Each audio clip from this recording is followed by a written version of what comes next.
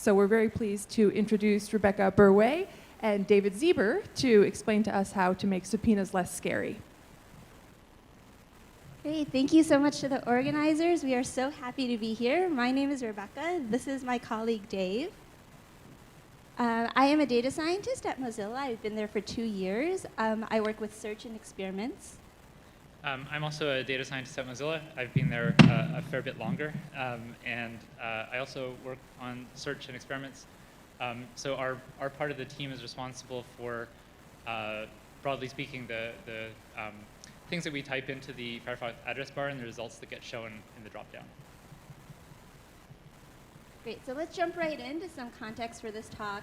I'm sure you've all seen scary headlines like this in the news. A couple that I've seen over the years. In the New York Times, what data about you can the government get from big tech? From courts, here's how often Apple, Google, and others have handed over data when the US government asked for it. And from Slate, the new way police could use your Google searches against you. Okay, so I don't know about you, but when I see headlines like this, it stresses me out a lot, right? So that's why we structured our goals for this talk to help you, when you see headlines like this, to feel less overwhelmed and powerless, especially if you work in data, especially if you work in tech. To feel less powerless by understanding that when law enforcement asks a big tech company for data, this happens as a legal process, often as a subpoena, and that legal processes can be broken down and they can be analyzed the same way that technical processes can be analyzed. And you already know how to analyze technical processes, so you can analyze these too. And then also just to give you lots of specific ideas for how you can improve privacy in your own data. Okay, so let's start with a couple of subpoena basics. When law enforcement, like the FBI, asks your tech company for data, they don't just like knock down the door and grab the data, right? At least like not most of the time. They have to work through the court system. So what they do have to do is they have to get some paperwork. This is usually called a court order, which is an official demand for data from your company. Okay, so big disclaimer, I am not a lawyer. If you are a lawyer, you'll probably notice that I'm using these words a little bit fast and loose. I should probably be saying court order all the time in this talk, but instead I'm going to say subpoena just because it has a little bit more name recognition with non-lawyers like us. Okay, so there are a lot of rules governing what a subpoena can ask for and what it can't ask for. This is very, very US-centric. This whole talk is very US-centric. But these rules, for example, they say the subpoena has to be specific. So they can't say, tech company, give us all of your data. No, instead they have to say something like, send us all of the data for these 5 email addresses over the last 90 days. Right, so your company gets this paperwork, they get the subpoena. What happens next? The company leadership, some very high-level people, have to make a difficult decision, right? They decide, will we fulfill this? Will we respond? Or will we say no? Or will we say yes, but only give you some of the data? So if the leadership decides at least to hand over part of the data, then one of your coworkers has to carry it out. So I'm representing your coworker here as this cute little minion because I would like to make them the star of the show. Okay, so your coworker, who is this person? This person is probably a lawyer who works for your company. They probably don't know that much about your data, like what tables are available, how to join them, the schemas. So if we work on the tech and data side, then who are they to us? They're a customer, right? Usually we get very excited when like product or engineering wants to make data-driven decisions. Usually we get excited when new customers want to access more data to improve their insights, right? So I want to encourage you to think of this person as just another customer. Yes, they're from the legal department. Yes, they have this really scary demand, but they're already, they're just a customer like anyone else. Why am I pushing this framework of customer? I'm pushing this customer framework because you already know how to work with customers. So we already have skills in this area. Because your customers, they kind of always all say the same thing, right? They say like, I need this, right? I have these requirements.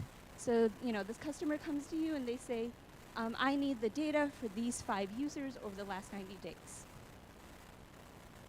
And then your customers all have their preferred tools, right? So this person says something like, I know how to use Excel, I know how to use Sheets, but I don't write SQL, so I need your help. Your customer will say something like, I heard a rumor there was a table called Clients Daily or Users Daily, and I think that might be really useful for my request. But when I looked in the database, I saw 5 different versions of this table, and I don't know which one to use. I really need you to tell me what tables are out there, which ones I should and shouldn't be using, and that's a lot of power for you. And then finally, your customer has a workflow, which is how all of these pieces specifically fit together, how they actually execute their task. Right, so you have the script. You know, it's not specific to your legal customer, right? You've probably used it before. Let me show you how, by going through this script, we at Mozilla found places to give protections.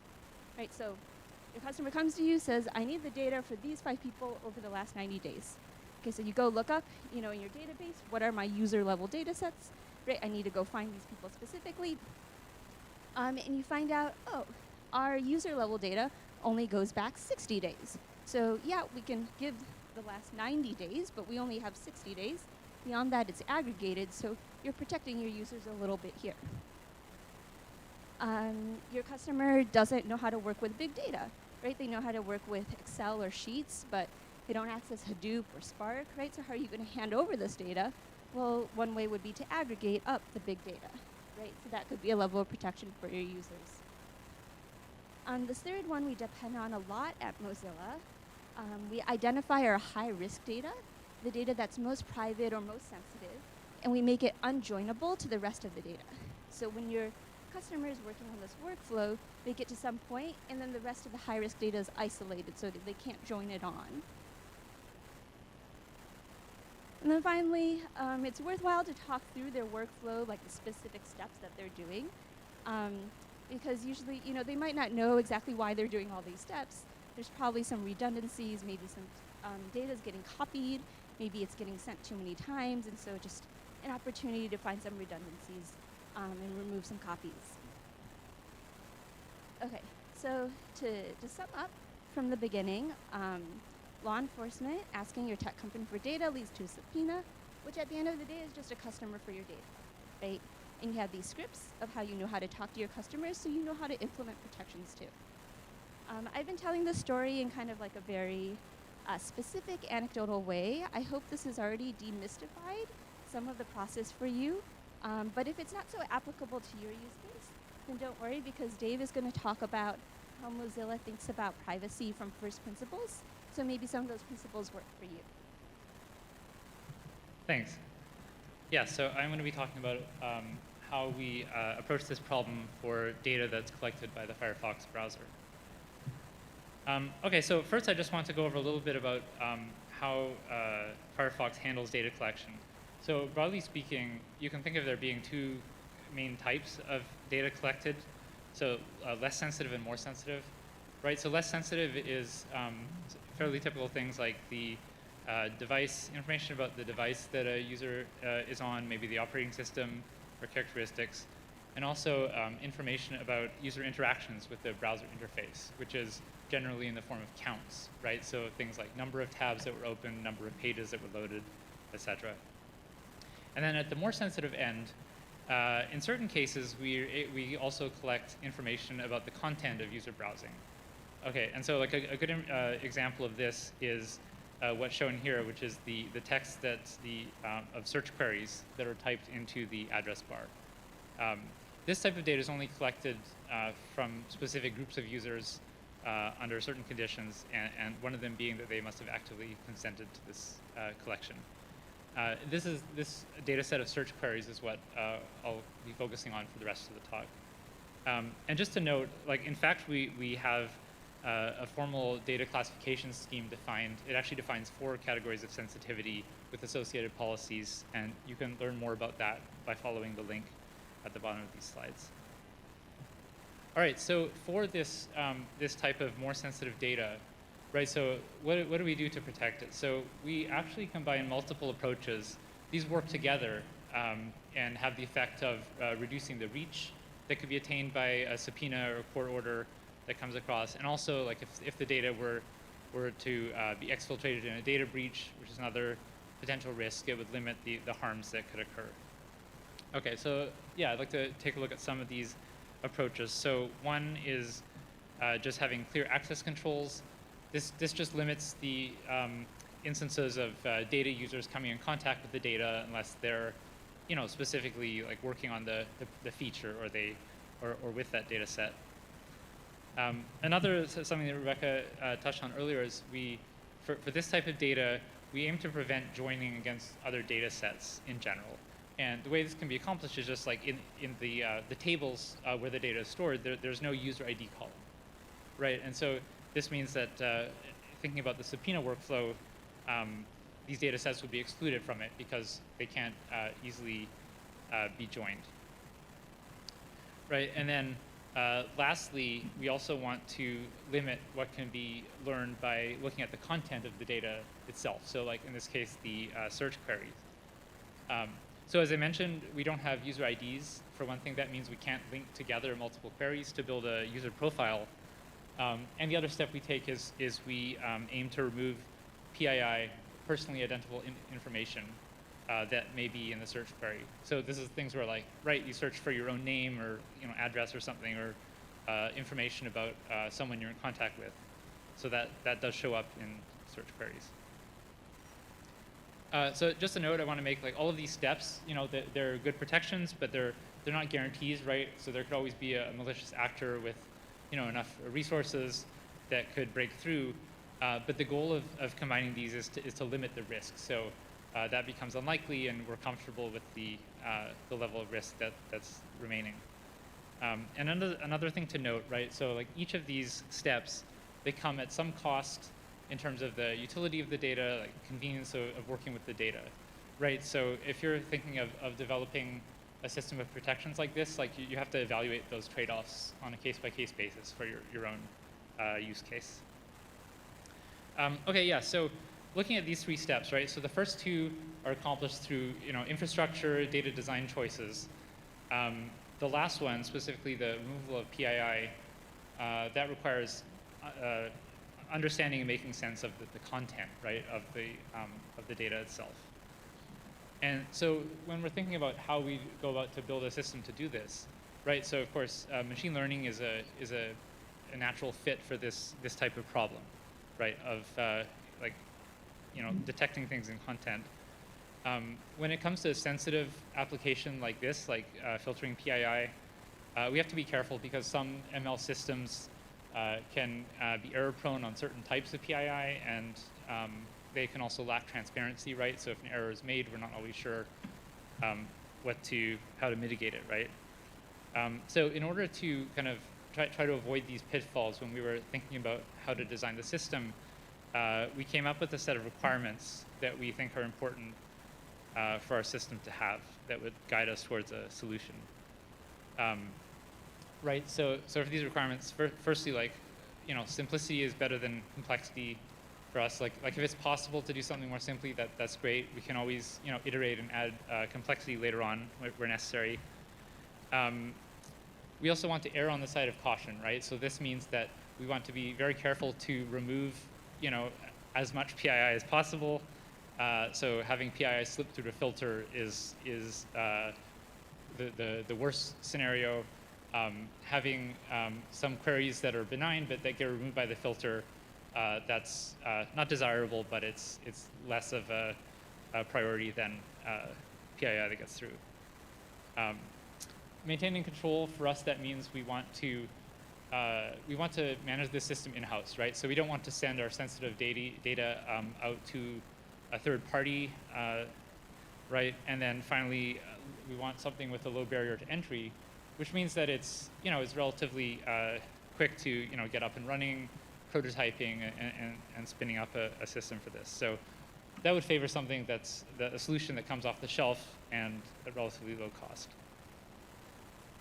Okay, and so with these in mind, here's the solution that we've come up with so far. So we use a combination of simple filter rules and an ML component. So the filter rules just look through the text of the queries and remove or flag queries that contain either an @ symbol or a numeral 0 to 9. And then for detecting names, we rely on the named entity recognition module in SciPy. And so just a note, like SciPy is an industry standard NLP package written in Python, which is, yeah, it's commonly used and well respected. And so just a note as to why like those filter rules, the first two steps are effective, right? So thinking about what types of PII we might see. So there's names, emails, right, can be identified as containing an @ symbol, and most other types of PII, like phone number or like an IP address or other kinds of IDs, will contain some numerals, right? So altogether, these rules do a pretty good job at identifying PII. Okay, and so like following on from that, like it's a natural question is how well does this do? And yeah, so one thing to note, I've added some examples at the top there, like detecting names is by far the hardest part of this, and these examples can give you like some idea as to why, right? Okay, and so in thinking about evaluation, just a few points I want to make, right? So for one thing, we don't have labeled data available, so the data that we're starting with is just like the search queries that came in. So to handle that problem, we kind of just buckled down and took some samples and manually inspected, right, in order to evaluate. And the other thing is there's a large imbalance, right? PII occurs, but it's pretty rare overall, right? And so we actually found in this data set, we estimate that only 2% of search queries actually contain PII. And so to evaluate, so we focused on two main metrics. So the first one captures that idea of PII slipping through the filter, right? So it's the rate of queries that were not flagged by the system but do contain PII. And then the second one is just the rate of queries that are flagged overall by the system, right? And so ideally both of these would be low. The first one is our priority, right, to minimize. And so how these did, right? So for the first one, we evaluated on a sample of 1,000 queries. We found one instance containing PII. So this gives us an estimate shown by this confidence interval for the full data set. And then the percent of queries that were removed overall by the system was 15%.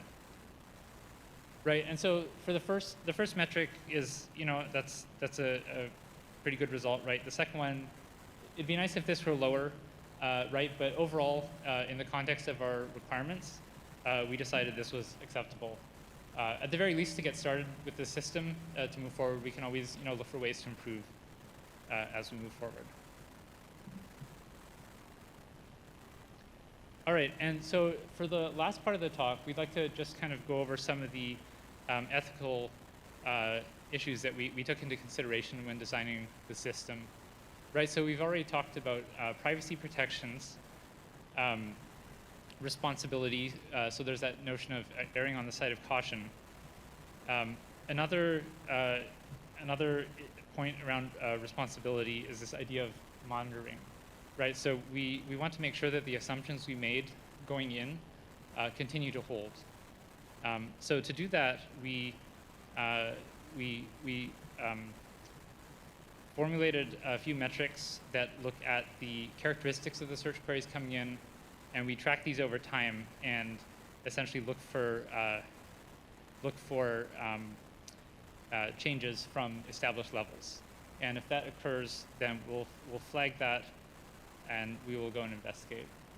So I'm sorry, this was like, there's more that I could say about this step, but in the interest of time, I just want to kind of give a brief summary. And for the last consideration, fairness, I'll hand it back to Rebecca. Yeah, so we also wanted to consider fairness. This slide will be a little similar to the other one, a little fast on the methodology, but when we say fairness, we're usually talking about parity. In this case, does SciPy work equally well detecting names of different races? But like I said, I really wish I had time to go into the methodology. Let me point you to these other resources and these wonderful people doing research in this area, and also the fact that these slides will be public.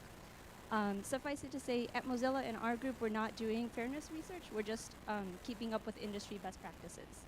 So we got our own data set and ran an evaluation of species named entity recognition on people's names, and these were the results that we saw. You do see a difference in the performance across races, but the drop-off is not so large and not as large as we often see in the literature for our specific business data set. Instead, I'd like to spend my time focusing on another aspect of fairness that I don't think gets as much attention as parity. Parity is really important, and it's wonderful that we've made so much progress discussing this topic, but I also want to talk about risk exposure because I don't hear us talk about it as much. So what is risk exposure? It's asking the question, who is most at risk for bad thing? So in our example, it's who is most at risk or most vulnerable or most in need of protection from privacy violation. So when we asked this question of our data set at Mozilla, we saw something really interesting. We saw, and this is also a US-centric statement, we saw that if you identify as black, then your surname is 40% more likely to appear in the search terms data, in our sensitive data, than if you identify as white. So why is this? The US Census provides a data set of surnames by race. So you can look at the two distributions of black surnames and white surnames. So if you look at them, you'll very quickly notice that there's a difference. The black surnames distribution is much more concentrated, has much less variance. The white surnames distribution has a much longer right tail of like unusual or low frequency surnames, right? So why is that? Well, that's because the legacy of slavery is still very much with us. And in that process, a lot of African names were erased. And so that's why basically the long right tail on the black surnames distribution was erased, right? And so that historical context directly leads to this higher risk exposure in our data set today, right? So I hope this really brief discussion has motivated you to ask questions of risk exposure as well as parity. Okay, so we're just going to sum up. We've been a lot of places in this talk. We started out by talking about, the FBI asking your tech company for data, and we hope that process is a little more demystified, that you feel a little more empowered in handling that, or just, a little more empowered when you hear about it in the news.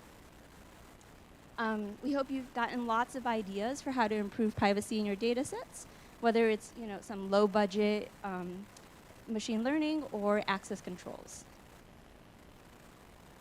And then finally, we concluded by saying, yes, privacy is important, but it doesn't exist in a vacuum, and we want to consider how it interacts with our other values too. Okay, thank you so much for listening.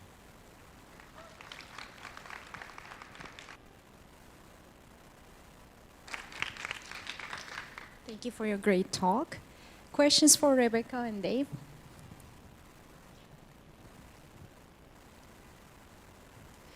Hi, yeah, thank you so much for that talk. This is a really important topic, and I like to hear about it. I just have a question about the PII. I thought that you did a really nice explanation of how you filter out kind of what I would consider like top-level PII, but do you do anything to deal with like linked PII, like thinking about people who are maybe identifiable through their employment or educational history or these kind of second-tier PII entities?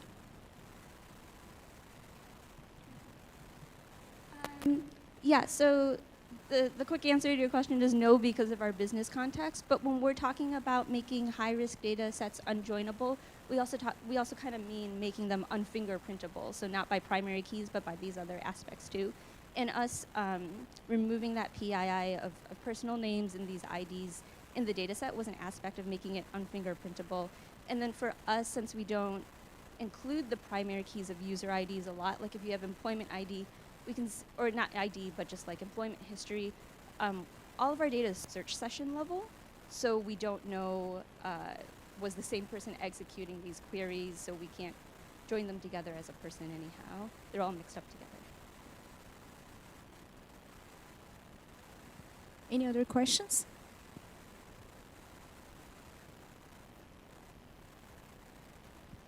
You can also post them on Slack if you would like. I have a question. So when a company receives one of these subpoenas and requests for data, Are there cases that you're not, as a tech company, you're not allowed to remove or mask any of the data that you need to provide to them? So big disclaimer, I'm not a lawyer. Okay.